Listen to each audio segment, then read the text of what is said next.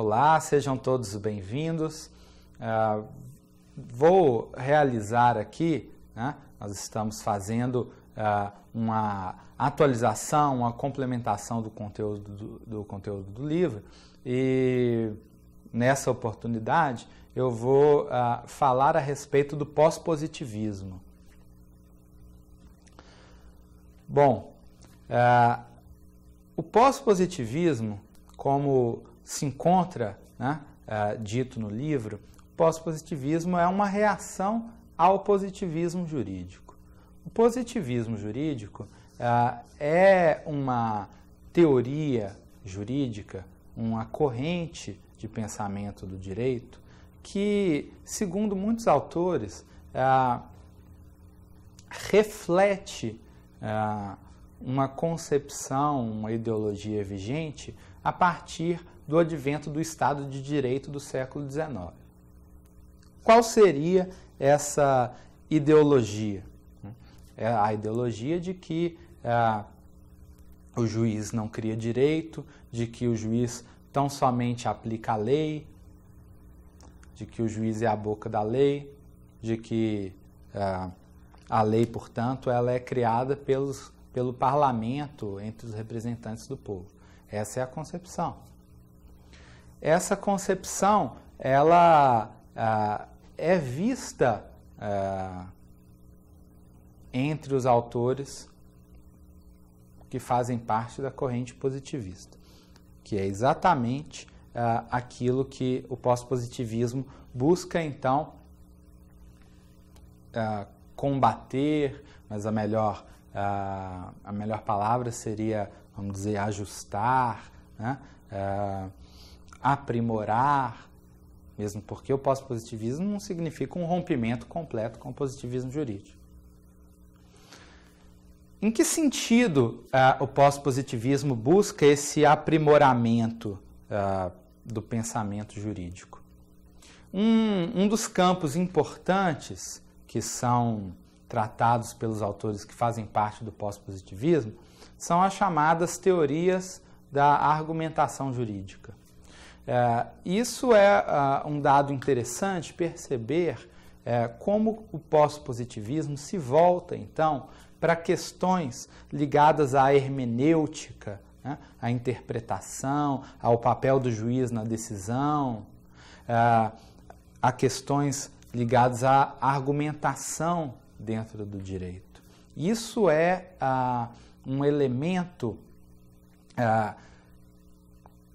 que representa uma grande diferença entre o pós-positivismo e o positivismo jurídico. O positivismo não dava grande importância às discussões relativas à hermenêutica, às discussões relativas à argumentação dentro do direito. O pós-positivismo dá toda a importância. Um autor ícone do positivismo jurídico, que é Hans Kelsen, pode servir de exemplo para nós, para a gente perceber como os positivistas lidavam com o direito no que se refere a esse problema da hermenêutica, ao problema também da argumentação. Dentro da teoria pura do direito, que é o livro mais conhecido de Kelsen, o menor capítulo, o capítulo menos desenvolvido, tem mais ou menos, tem poucas páginas, 5, 6, 7 páginas, é o capítulo que trata da interpretação do direito. Muitos autores perceberam isso. Kelsen, portanto, na teoria pura do direito, não dá muita importância às questões de interpretação dentro do direito. Não liga muito para isso. Por que isso? Porque os positivistas, de modo geral, não julgam essa discussão uma discussão relevante. Os positivistas, de modo geral, podem adotar duas posturas com relação ao problema da decisão dentro do direito, da interpretação que o jurista faz e da decisão judicial. Em primeiro lugar, Os positivistas podem acreditar que a decisão judicial ela se justifica pelo fato de que o juiz possui uma competência que lhe é dada pelo ordenamento jurídico. Nesse sentido, a decisão judicial, então, possui legitimidade, porque o juiz está decidindo porque ele detém uma competência que lhe é dada pelo ordenamento jurídico. Daí é que vem a legitimidade da sua decisão. Tá? Por outro lado, os positivistas podem se posicionar do seguinte modo: não é possível discutir a legitimidade, o modo de se justificar a decisão judicial. Por que isso não é possível ser discutido? Porque a decisão do juiz é simplesmente um ato de vontade. E se é, portanto, um ato de vontade, um ato de poder, ele é fruto dessa vontade, desse poder. Ele não é fruto de uma elaboração da razão. Nesse sentido, essa decisão judicial não pode ser justificada racionalmente. Ela é simplesmente um ato de vontade. Portanto, os positivistas adotam essas duas posturas. E o pós-positivismo? O pós-positivismo, autores como Dworkin, como Alexi, como McCormick, o pós-positivismo acredita na possibilidade e na necessidade de se justificar racionalmente as decisões jurídicas. É exatamente por essa crença que o pós-positivismo, então, começa a desenvolver teorias da argumentação. Alexi, por exemplo, tem uma teoria da argumentação jurídica. McCormick também.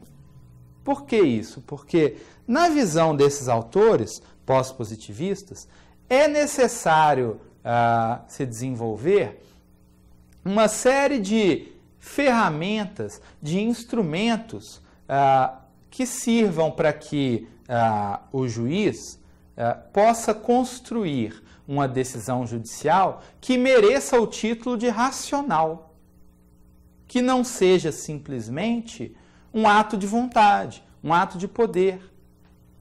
Para o pós-positivismo, na medida em que essa decisão judicial ela seja adequada a esses critérios racionais, aí sim ela pode ser justificada e pode ser dita legítima. O critério para ela ser considerada legítima, portanto, é ela se enquadrar em parâmetros de racionalidade. Tá? O pós-positivismo, portanto, representa uma abertura, isso em oposição ao positivismo, uma abertura aos valores, uma abertura aos princípios.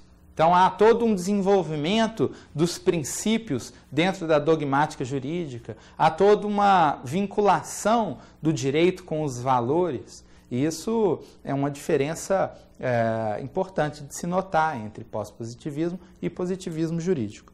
Agora, a postura positivista é, então, uma postura cujo fundo filosófico se encontra no seguinte embate.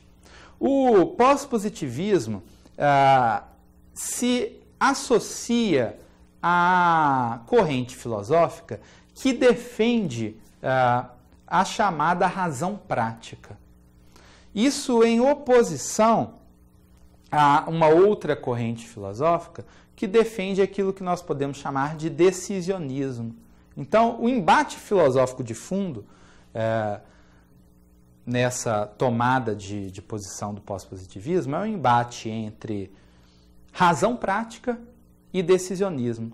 O pós-positivismo acredita na possibilidade da razão prática. O que é que significa isso? Isso significa que o pós-positivismo acredita na possibilidade de que sejam construídos parâmetros racionais que levem a uma decisão jurídica justa. Justa porque se enquadra a esses parâmetros racionais. Por outro lado, o decisionismo defende que a decisão judicial é fruto simplesmente de um ato de vontade, de uma decisão, de um ato de poder, daquele que possui poder. Portanto, o pós-positivismo acredita, então, na possibilidade da razão prática. É claro que dentro do pós-positivismo, nós temos vários autores, né? Cada um desenvolve as suas concepções de modos um pouco diversos, né? Modos muito diversos ou um pouco diversos. Ou seja, há diferenças entre os autores pós-positivistas. Tá? No que tange a essa ideia de que a decisão judicial ela deve seguir parâmetros racionais, tá? Há diferenças importantes de serem notadas. Por exemplo, um autor como Dworkin é muito criticado por vários outros autores porque Dworkin defende a existência de uma única resposta correta dentro do direito. Ou seja, Dworkin considera ser possível se chegar a uma única resposta correta dentro de um problema jurídico. Nesse sentido, Dworkin é criticado por muitos autores, porque, na visão desses autores, Dworkin é muito idealista. Né? Dworkin não está olhando para a realidade do direito. Por outro lado, há posturas mais flexíveis, tá? Como a de Alexis, por exemplo, que defende parâmetros racionais, né, para a justificação da decisão judicial, mas que não se alia a Dworkin nesse aspecto de dizer que há uma única resposta correta. Tá? Portanto, acho que a gente pode parar por aqui. Era esse tema que eu gostaria de desenvolver com vocês nessa atualização, e até uma próxima oportunidade.